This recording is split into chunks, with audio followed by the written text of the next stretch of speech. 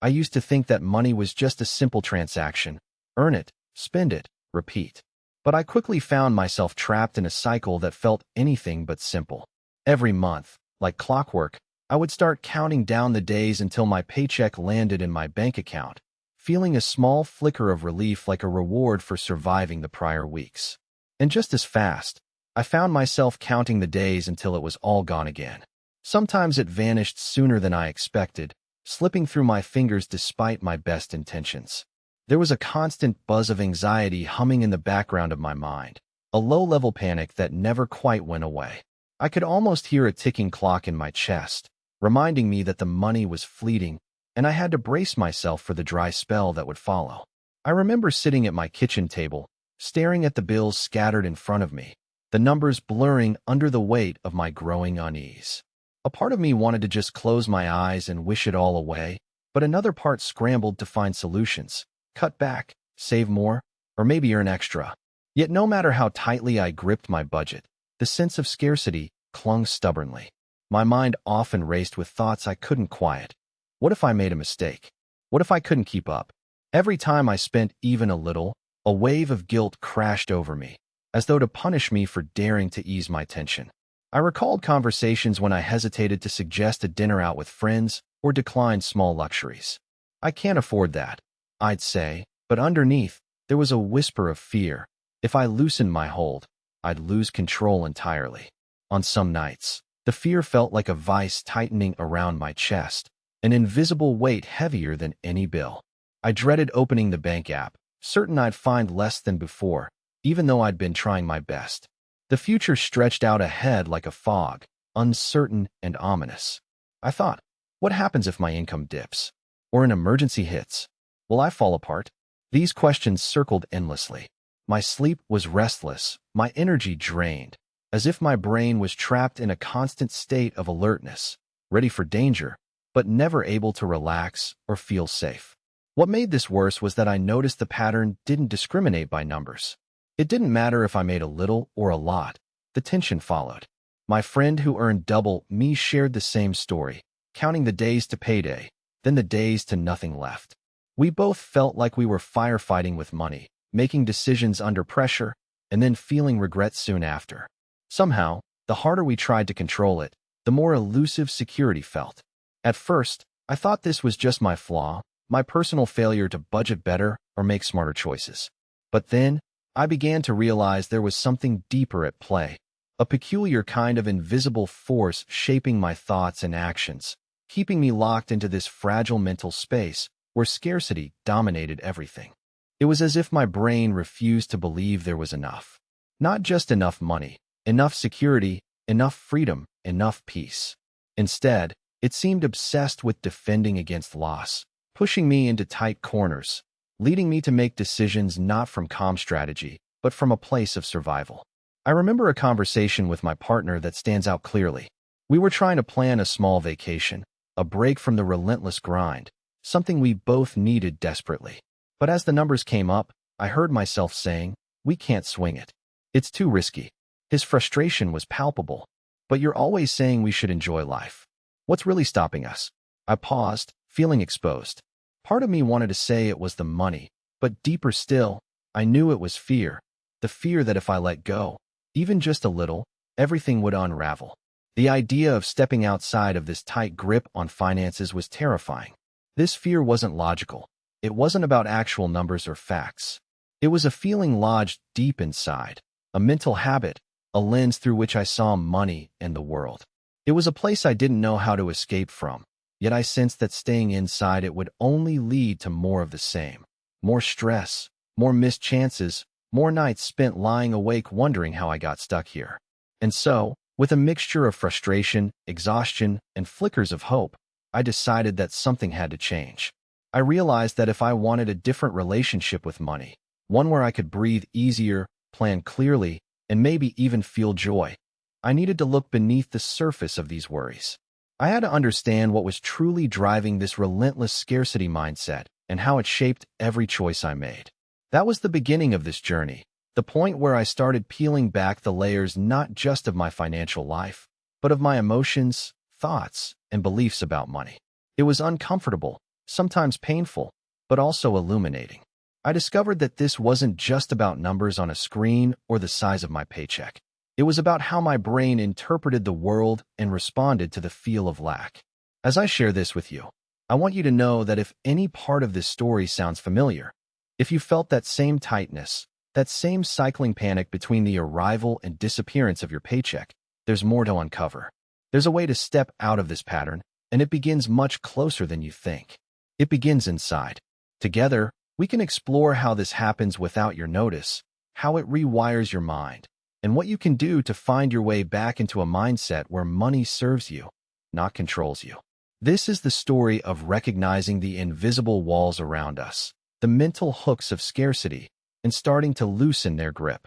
It's a story about shifting from surviving paycheck to living with intention and calm.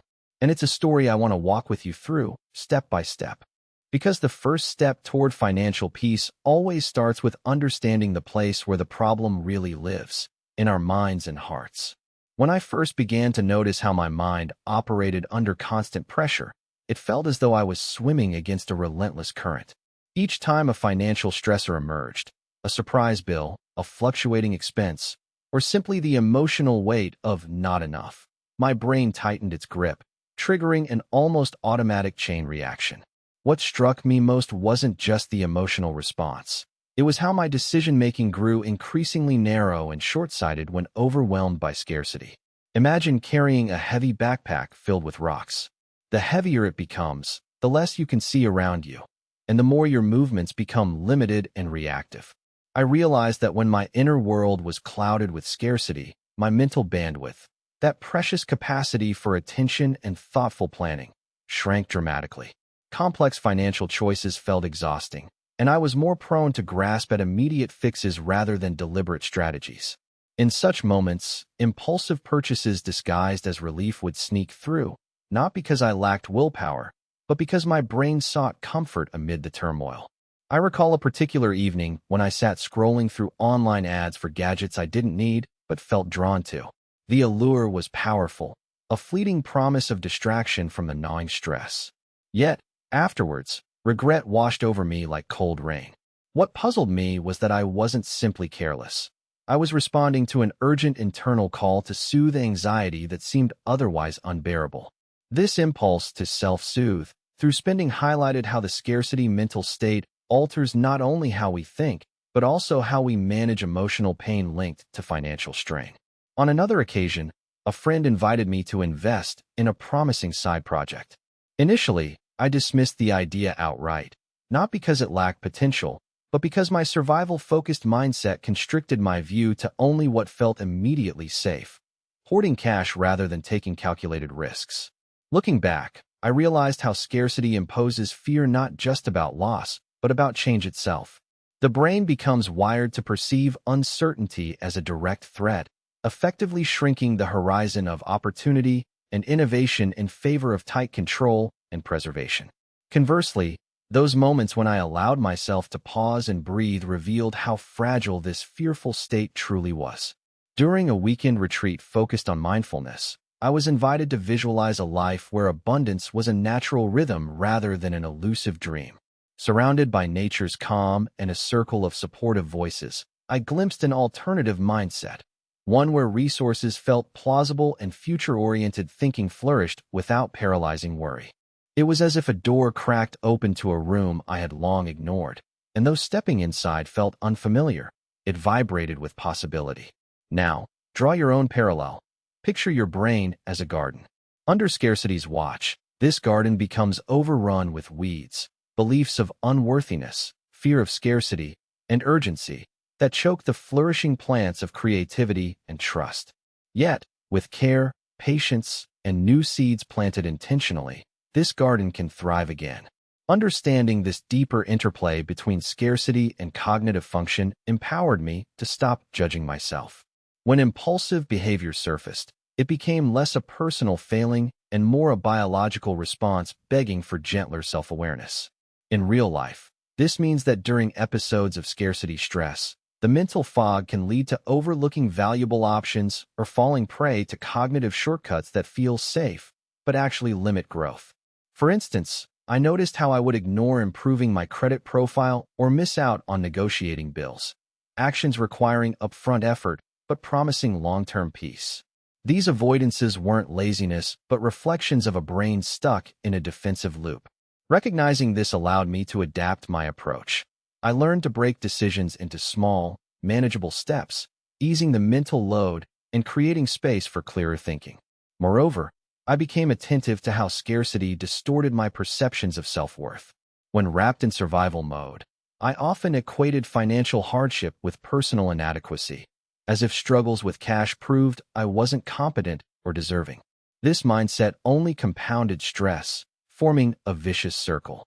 Through therapy and journaling, I started to dismantle these narratives, realizing success and abundance were not fixed traits, but malleable states I could nurture from within. The insight that my self-image influenced financial choices was empowering. By healing one, I could transform the other. Facing these internal dynamics also shed light on how the scarcity mindset affects relationships around money. Conversations about budgets or debts used to spark tension or defensiveness, driven by underlying fears about security. Once I acknowledged my own triggers, I could approach such talks with more openness and compassion, fostering partnership rather than conflict. This shift was pivotal because the isolation amplified scarcity fears, while connection invited abundance to grow in unexpected ways. Now, consider how this applies when you confront financial decisions that stir unease. Instead of chastising yourself for impulsive moves or missed chances, recognize the brain's survival wiring at work. This awareness creates a gentle pause, allowing you to step back and evaluate whether stress or scarcity is coloring your judgment. Over time, cultivating this distance can transform reactive patterns into deliberate actions rooted in clarity and confidence. In essence, the psychology behind living with a scarcity frame is far more than just struggling with numbers. It reshapes cognitive functioning, distorts emotional regulation, and morphs perception itself, tightening the mental cage around what's possible. By witnessing this mechanism firsthand and learning to ease its grip, I began to reclaim space for thoughtful choice and strategic planning. It was less about fixing every financial detail immediately and more about transforming the underlying mindset that dictated how I interacted with money each day. I remember feeling trapped in a cycle that seemed impossible to break, like walking through a labyrinth where each turn led me back to the same place. One night, after another exhausting day of juggling expenses and anxiously scanning my bank balance, I found myself sitting alone in my dimly lit living room. I could almost taste the frustration hanging in the air. I wasn't unaware of how important it was to budget or plan ahead. I was acutely aware. But my brain, exhausted by constant alerts of not enough, was shutting down pathways that might have allowed me to see creative solutions. I felt stuck behind a fogged-up window, yearning to peer out, but unable to clear the view. In a moment of clarity that felt fragile and fleeting, I realized that my approach to spending and saving was ruled more by an internal survival alarm than thoughtful reflection. What amazed me was how this alarm forced my attention to such an intense, narrow slice of reality that anything beyond immediate concerns faded. I saw how my decision-making resembled a firefighter's response, not to deliberate plans, but urgent reactions. This explained why sometimes I wasted precious energy making choices driven by panic or pressure, like grabbing the quickest fix or avoiding confronting a looming financial obligation altogether. Later, during a conversation with a financial coach, I learned that this claustrophobic focus is something that affects our brain chemistry deeply. It's as if the areas responsible for long-term planning and impulse control get dimmed, while those for threat detection flare up with surprising intensity. When I grasped this, it shifted how I viewed myself completely.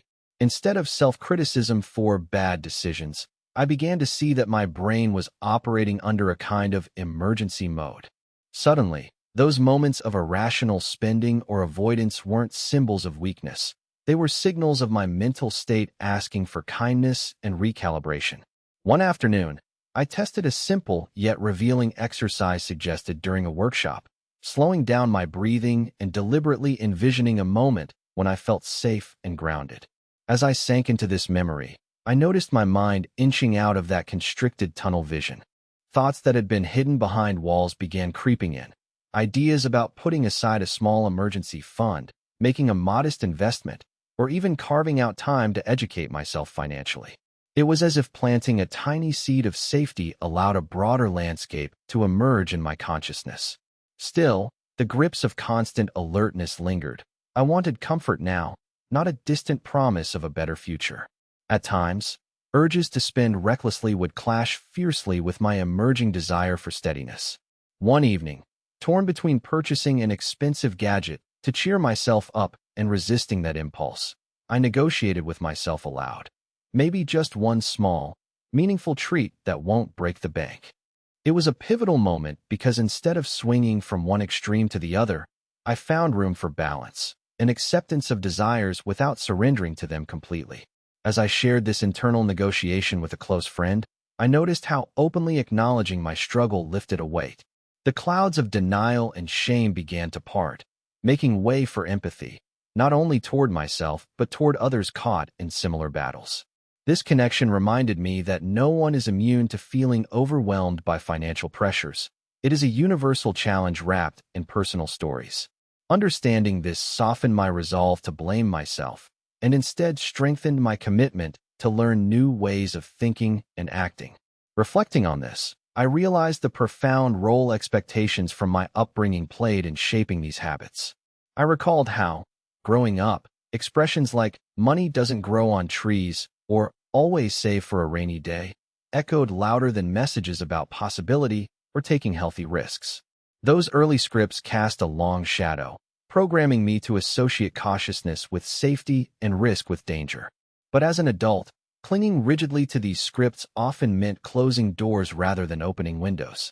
Recognizing these inherited patterns helped me envision how rewriting those rules could be both challenging and liberating.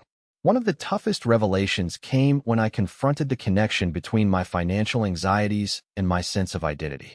I had absorbed a storyline suggesting that my worth was tied directly to my ability to handle money well. This made every misstep feel like a personal failure, and every shortfall threatened my self-esteem.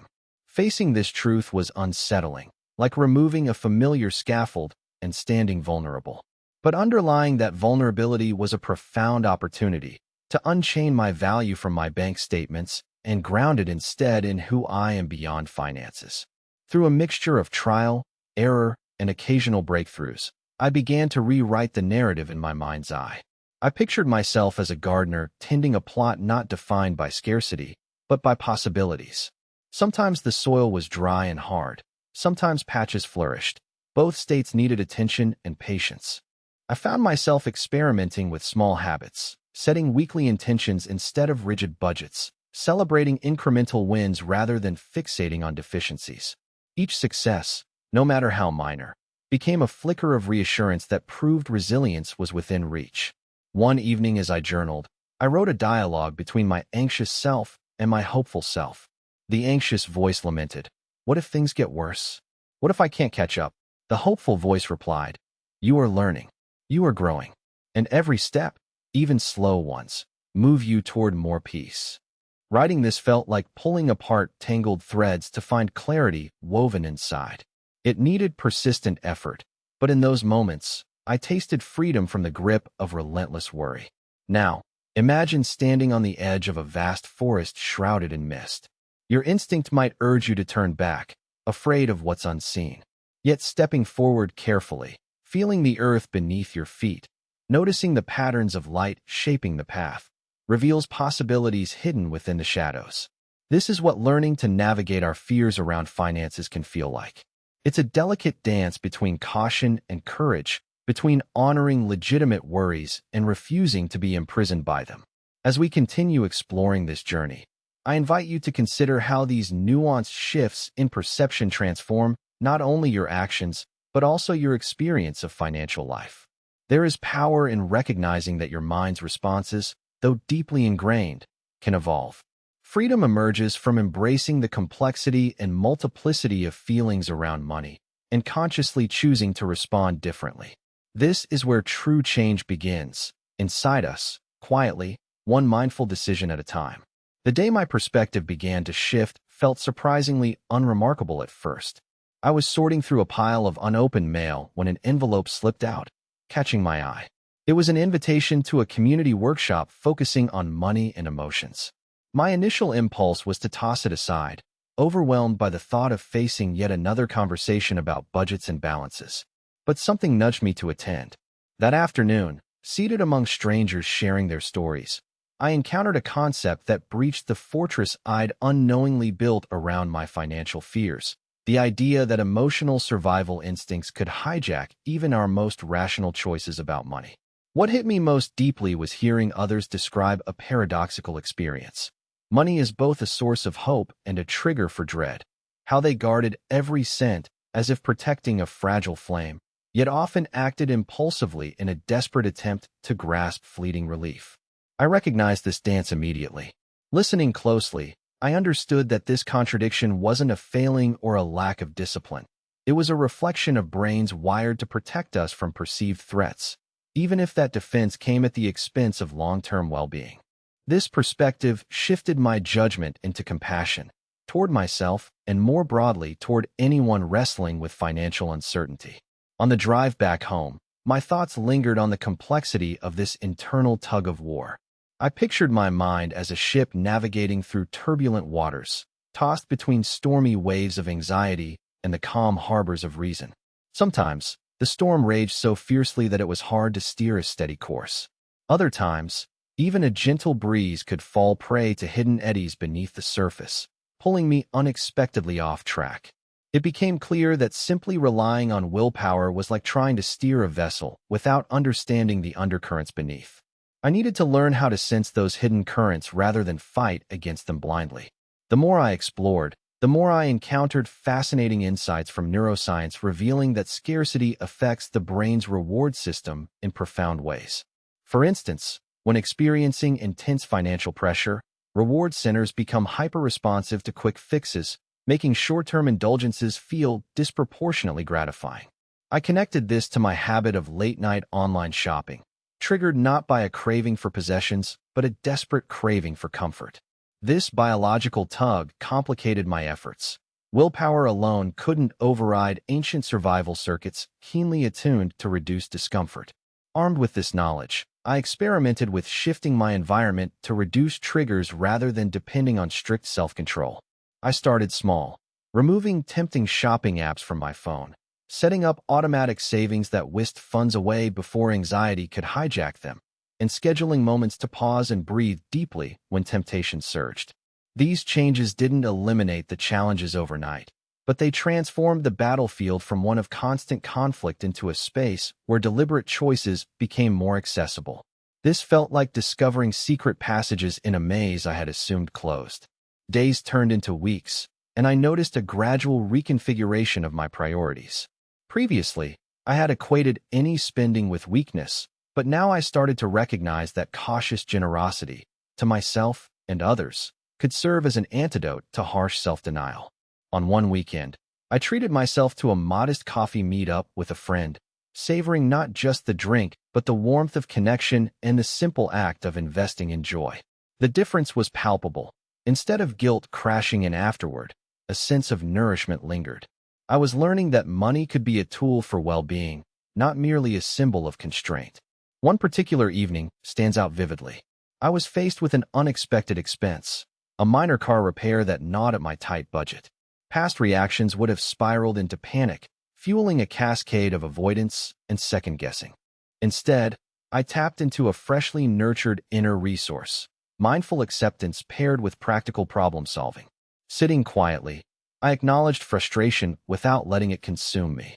Then, I calmly researched payment options and contacted a local mechanic to negotiate a manageable arrangement. This approach, rooted in presence and strategy rather than frantic fear, eased a burden that once felt insurmountable. Through this process, I came to appreciate how external circumstances and internal responses weave together into a complex tapestry. Someone else might face the same numbers, but navigate decisions with an entirely different emotional toolkit. I understood now that constructing a new relationship with money demanded greater self-awareness and kindness toward the subtle ways the mind reacts to challenge. It wasn't about eradication of fear, but learning to sit with it more skillfully, like observing storm clouds without losing sight of clear skies beyond. I encourage you to pause and reflect on moments when unexpected financial stress surfaced recently. What physical sensations arose? Did your thoughts spiral into urgency? Can you imagine responding differently, acknowledging anxiety but inviting curiosity and calm instead? These small exercises build resilience, offering a pathway away from reactive impulses and toward deliberate stewardship. Ultimately, this journey taught me that financial freedom is less about accumulating vast resources and more about transforming the way we relate to them internally. I began to see myself less as a captive of endless scarcity battles and more as a captain capable of navigating with intention, even when seas were rough.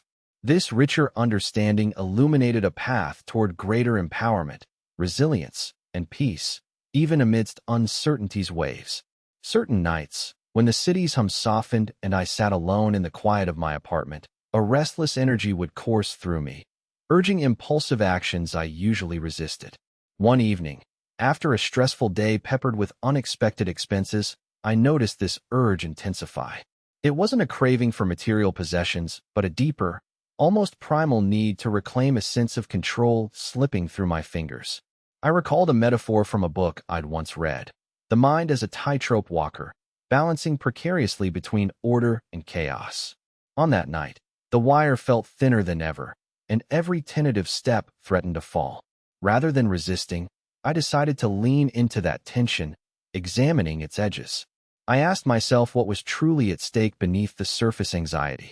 Would splurging on a small, unnecessary purchase ease the pressure or amplify it? I realized the underlying hunger wasn't consumption but recognition, a desperate plea to be seen, validated in my struggle. This insight illuminated patterns I had learned growing up, where emotional expression was often muted and achievements had to be earned through proving endurance and sacrifice. Delving deeper, I began to notice subtle shifts in how my brain responded during these high-pressure episodes. My decision-making evaporated into a fog where past regrets and future fears mingled, smothering rational thought. One afternoon, attempting to plan a financial move, I experienced this firsthand. I sat with a spreadsheet, numbers blurring, my heart pounding. Each calculation seemed fraught with peril rather than possibility. I described this to a friend as feeling like a hamster scurrying frantically in its wheel, expending energy without meaningful progress. This sensation underscored how scarcity's grip warps our internal compass, creating distortions not visible to casual observers. One particularly vivid memory involves a conversation with my mother. She recounted how our family's financial habits stemmed from a lineage marked by instability, parents losing jobs, homes foreclosed, opportunities slipping away like sand through clenched fists. Listening, I grasped how inherited stories cast long shadows, embedding a collective trauma into unspoken rules about money and safety. She mentioned phrases like, "Don't trust the system," and "Save every penny. You never know." These early imprints had woven themselves into the fabric of my psyche, shaping responses I struggled to unravel. Yet, a breakthrough emerged when I started challenging the very narratives passed down. During a drive through winding country roads, free from distractions, I rehearsed aloud counterstatements. I am not doomed to scarcity. Opportunities can be created, not just awaited. Speaking these words felt foreign, as if an internal gate was creaking open for the first time. It lacked polish or certainty, but carried the raw spark of possibility. The road ahead was uncharted, yet the act of naming fear and defying it was a form of reclamation. Another layer unfolded through journaling sessions inspired by poetry and reflective prompts. One entry described money as river water, at times scarce, at times abundant, always moving, never static. This imagery shifted my stance. Instead of fearing the river's ebb, I learned to anticipate its cycles and navigate accordingly. I began mapping out not just budgets, but emotional rhythms intertwined with financial behavior. Avoidance correlated with fatigue, reckless spending with longing, periods of calm with small victories. Recognizing these emotional currents expanded my awareness and informed more compassionate responses. A small but illuminating episode came when an unexpected bonus hit my account. Instinctively, anxiety flickered, followed by a surge of resistance. Don't trust this. It won't last. Instead of spending or stashing all of it away, I chose to parcel the money mindfully, allocating a modest amount to treat myself, another portion toward debt, and a segment left untouched as a seed fund. The process felt revolutionary. By breaking the entire sum into purposeful segments, I wove intention into abundance, counteracting old habits of lumping gains into fearful containment or reckless release. I also recall joining a local support group where stories of financial survival and resilience were shared without judgment. Witnessing diverse journeys illuminated how uniqueness doesn't preclude shared struggles. A woman recounted how she overcame the shame of declaring bankruptcy by embracing vulnerability and seeking guidance. Her openness sparked a shift in me.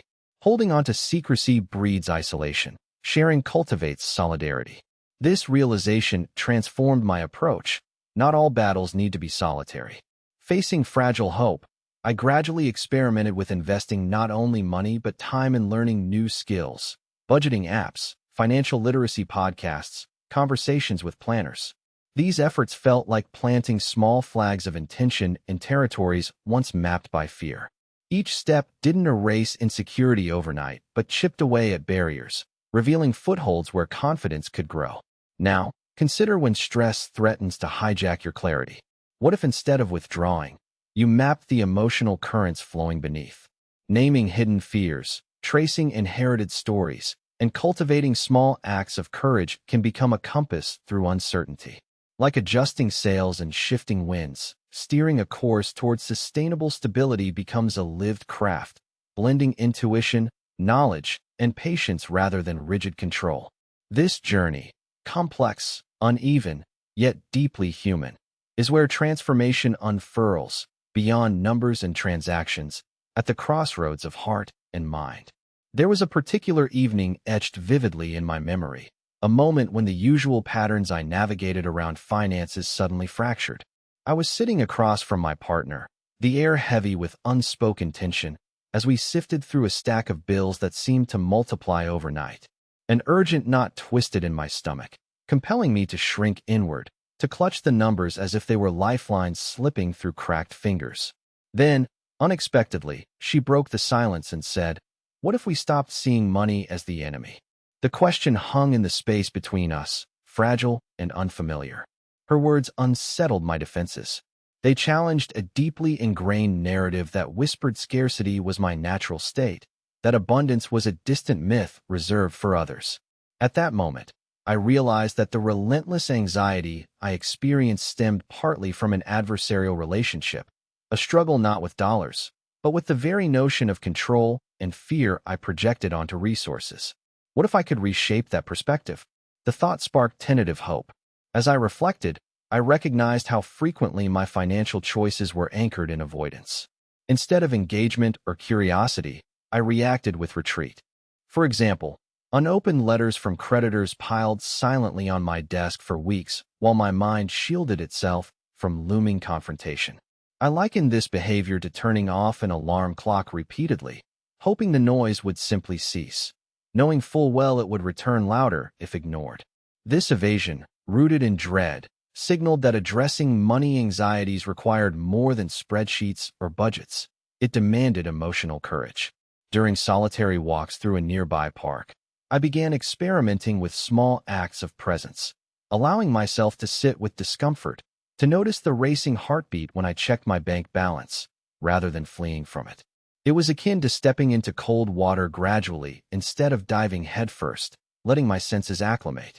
One afternoon, I caught sight of a stranger giving freely to a busker, eyes bright with compassion.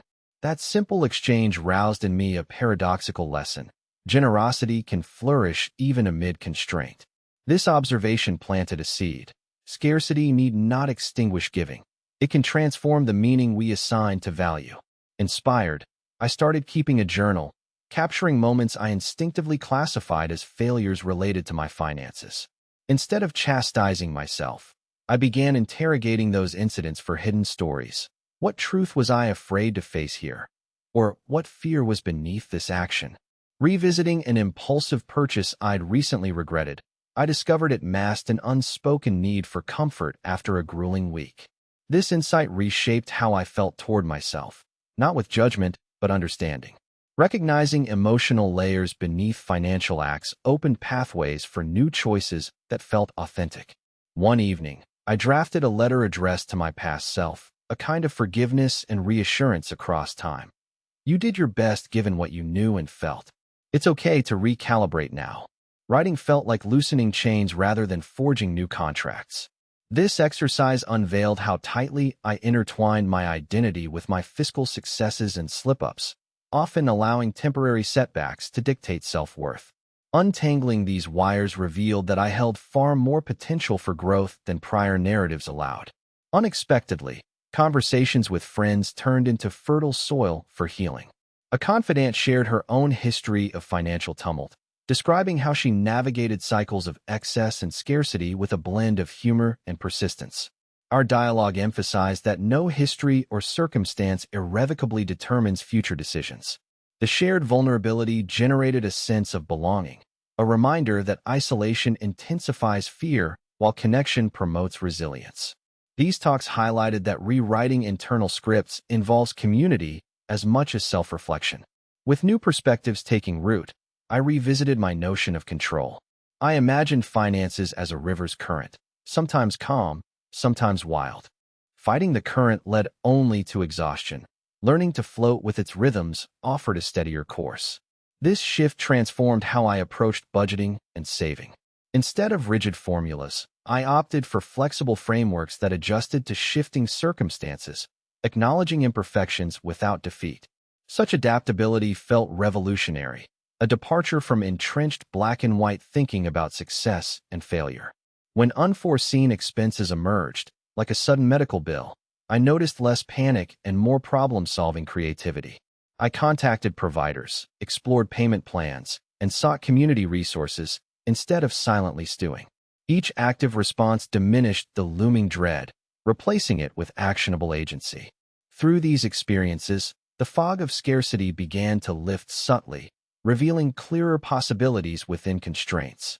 Now, consider how this applies when you face unexpected financial pressure. What if responding with curiosity and self-compassion replaced judgment and avoidance? What new dialogues could emerge if you paused long enough to listen beneath the surface urges? Sometimes the pathway forward emerges not from exerting control, but embracing fluidity, allowing yourself to adapt, connect, and reclaim power by rewriting your story in real time. In moments like these, resilience unfurls quietly, without fanfare, residing within the simplest act of choosing a different response amid uncertainty. In the quiet moments before dawn, when the world seemed to hold its breath, I often wrestled with an invisible force pulling at my sense of financial self. It wasn't simply a matter of numbers or balances. It was an internal narrative I carried, shaped by coded messages and unconscious agreements made long ago. One evening, after reading a letter from a distant relative who had overcome persistent poverty, a flicker of curiosity stirred inside me.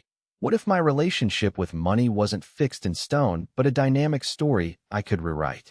Eager to explore this possibility, I began to examine my habitual associations with money's meaning.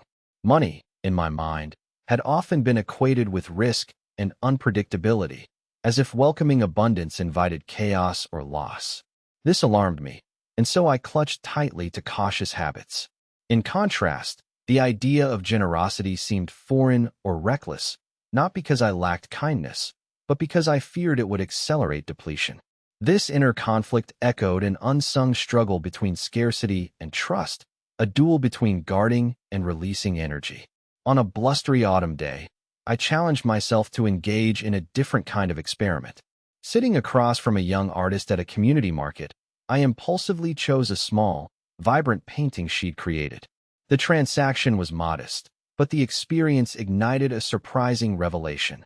Giving money as an act of honoring creative expression stirred a sense of abundance within me, opening a subtle channel of joy. When I thanked her, our eyes met briefly, and I sensed the shared understanding that money could be a bridge, not merely a barrier. This moment contrasted sharply with my habitual internal dialogue, which often framed finances in terms of scarcity and control. Later, While tracking my spending patterns, I noticed how many of my purchases emerged as attempts to regulate feelings of uncertainty or isolation. I replayed a trip to the grocery store where I bought extra treats during a stressful week, rationalizing small rewards that in truth masked quiet desperation. This prompted me to articulate what had remained unspoken, how emotional exhaustion frequently masqueraded as financial impulsivity.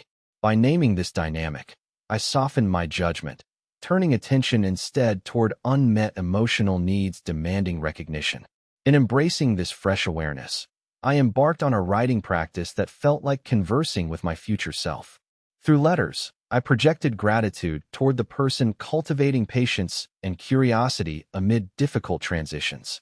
One entry captured my thoughts on the tension between desire and discipline, likening it to the dance of tide and shore, constant, rhythmic, and cyclical. These reflections unveiled a nuanced rhythm to managing money, one allowing ebb and flow rather than rigid stasis. I began recognizing financial behavior not as fixed verdicts, but as evolving chapters unfolding over time. A powerful catalyst emerged during a weekend retreat focused on embodiment and mindfulness. Guided through sensory exercises, I was invited to listen to my body's responses when money-related thoughts arose. In these moments of somatic awareness, I noticed a constriction across my chest accompanying anxiety, contrasted by a subtle warmth stirring when envisioning secure futures or mutual support. This embodied dialogue deepened my understanding of finance as lived experience, inextricably tied to sensations and emotional states rather than abstract concepts or mere transactions. It added complexity to the story I was telling myself. One of the most humbling experiences occurred when I reached out for professional coaching after months of avoiding accountability partnerships. During a session, I recounted a recent failing, missing a bill payment that triggered a spiral of self-criticism. Rather than dismiss or silence my struggle, my coach gently reframed it as a signpost revealing where internal voices whispered harsh judgments. We worked together to craft mantras that could interrupt this cycle, such as, "I am learning to respond with kindness," and "Mistakes guide, not define, my growth." Following this session, my inner landscape shifted subtly but decisively. When worries surfaced, I began to greet them as messengers offering clues instead of enemies demanding surrender. This reframing infused a quiet resilience, enabling me to consider options creatively. For example, when facing an unexpected medical cost, instead of recoiling or panicking, I contacted a financial advocate who helped me negotiate a manageable plan. This collaboration introduced a new narrative thread. Seeking support is a strength, not a sign of failure. At the same time, I noticed that moments of connection fueled momentum. Sharing financial reflections with trusted friends cultivated empathy rather than comparison. One heartfelt conversation revealed shared fears and aspirations, underscoring that vulnerability dissolves isolation and invites collective problem-solving. I recognized how often our internal scripts isolate us, leaving us to shoulder burdens alone when communal wisdom offers balm and guidance.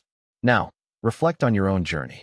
How might attending to the stories you tell, the emotions intertwined with dollars and cents, reshape your daily practices? When anxiety or impulse surge, could you pause to sense subtle bodily signals or rewrite internal scripts with compassionate affirmations? Such nuanced tools act as compasses guiding us from reactive survival toward intentional presence. Reframing money as a dynamic relationship steeped in meaning and embodied awareness opens pathways to a financial life imbued with authenticity and trust. I'd been avoiding opening that thick envelope for weeks. The moment my fingers finally traced the edges, a flood of apprehension surged through me.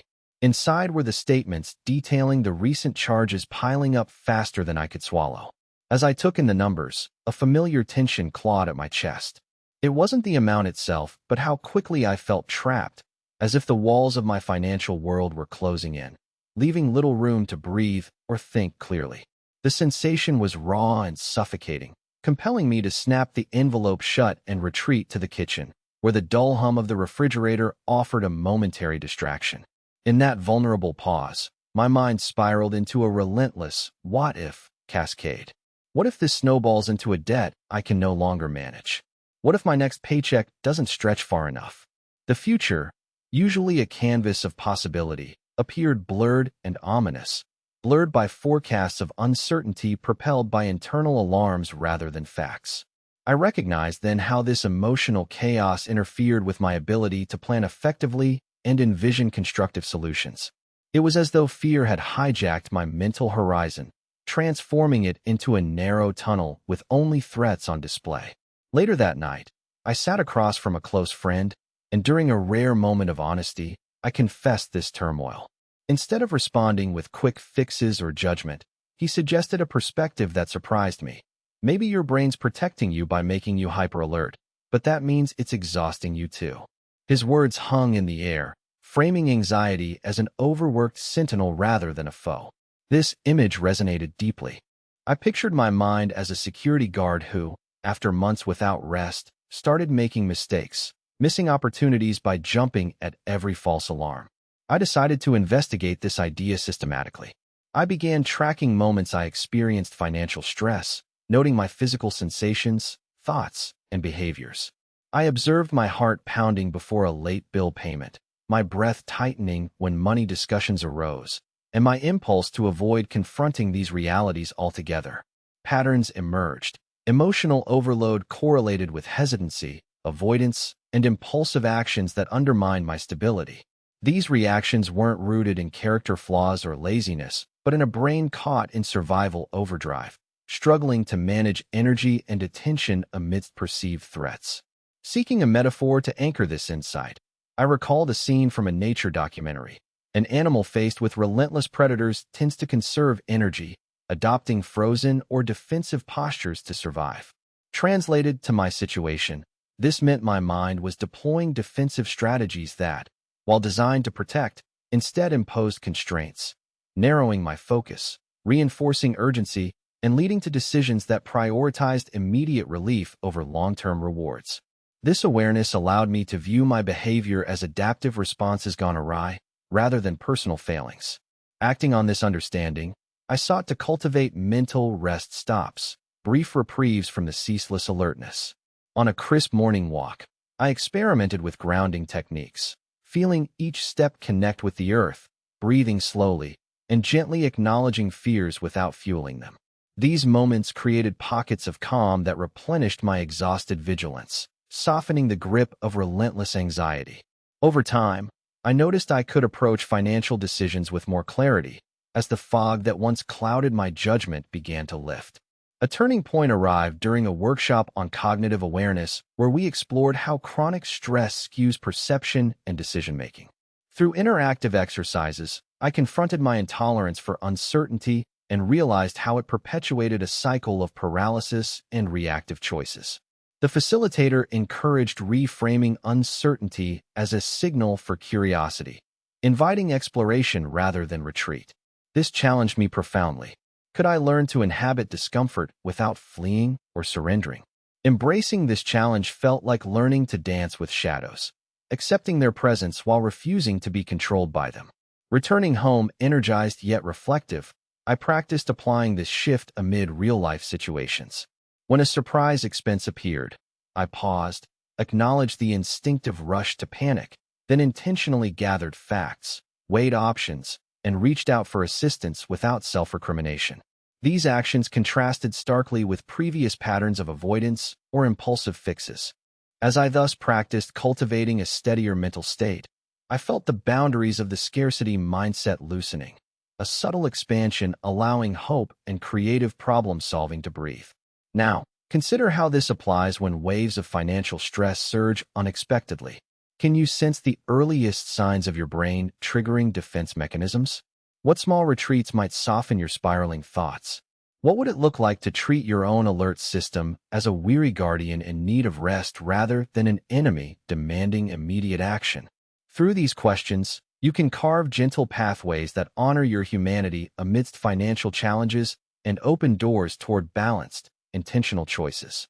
Reflecting on this journey so far, I find myself standing at a subtle crossroads, where the threads of experience intertwine like rivers converging into a single, expansive current.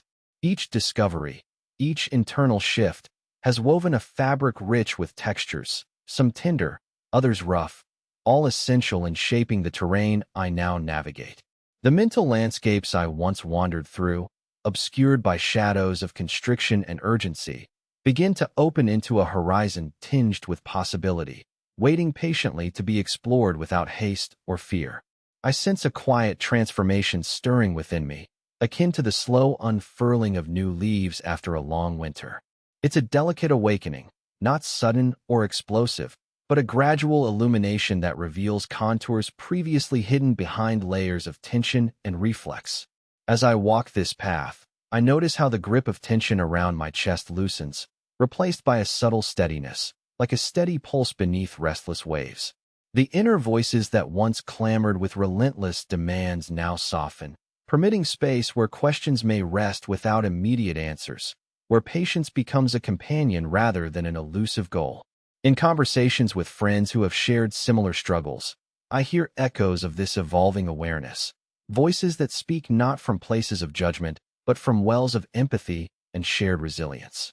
Together, we explore the terrain, navigating its complexities with an unspoken understanding that this is a process, a dance rather than a race, a continuous unfolding rather than a fixed destination.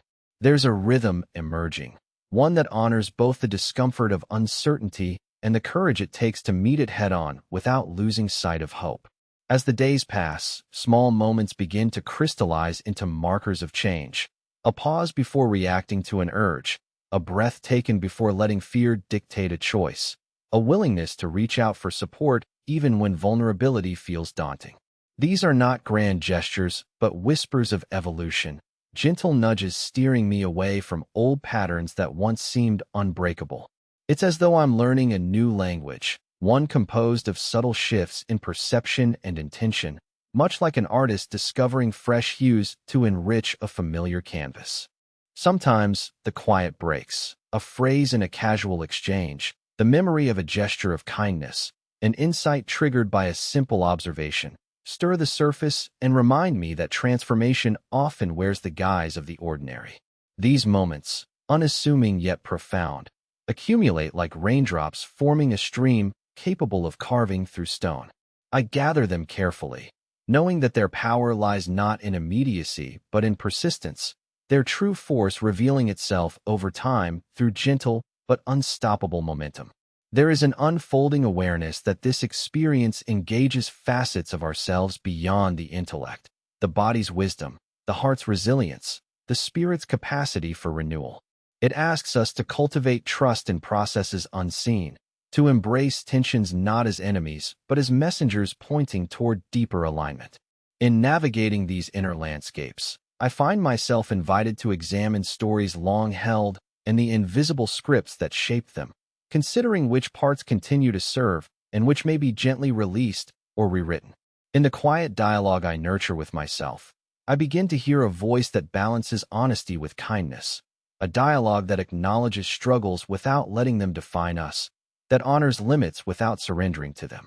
This voice encourages exploration, curiosity, and the courage to inhabit discomfort as a fertile ground for growth.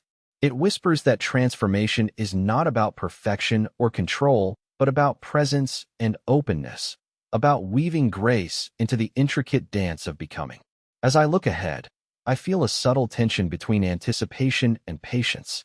It is not a rush toward a finish line, but an intentional readiness to meet the path where it unfolds, bringing attention to the interplay of light and shadow that colors our experience. I understand more deeply that change stirs in the spaces between action and stillness, that resilience emerges from holding paradoxes with compassion. This delicate balance fosters a spaciousness where healing can take root, where new narratives can breathe, and where the mind begins to envision with clarity unshackled by old fears. Though the weight of past patterns may still linger in quiet moments, their hold diminishes as awareness grows. The metaphor that now comes to mind is that of a vast sky gradually freeing itself from storm clouds, not all at once, but through a patient unfolding that reveals the vastness beneath. Within this expanse lies the possibility to chart new courses, to create new habits of thought and feeling, and to engage with our resources from a place of calm intentionality. It is an invitation to journey with trust, knowing that the landscape of our inner world moves in rhythms both mysterious and magnificent. In this space of evolving awareness, I invite you to join me in noticing the subtle shifts within your own experience.